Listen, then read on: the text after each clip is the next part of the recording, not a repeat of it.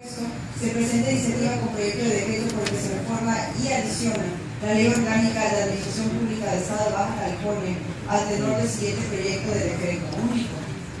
Se reforman las fracciones 12ª, 14ª, 15ª y se adiciona la fracción 16ª, en donde se recorre el texto de la actual fracción 15ª a la fracción 16ª, todas del artículo 28 de la Ley Orgánica de la Administración Pública del Estado de Baja California, para quedar como sigue. Artículo 28. A la Secretaría de Desarrollo Económico le corresponde la atención y trámite de los siguientes asuntos.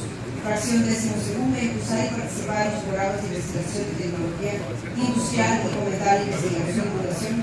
Fracción 14ª, elaborar y ejecutar programas indicativos de investigación científica y tecnológica vinculados a los objetivos estatales, regionales y nacionales de desarrollo económico y social.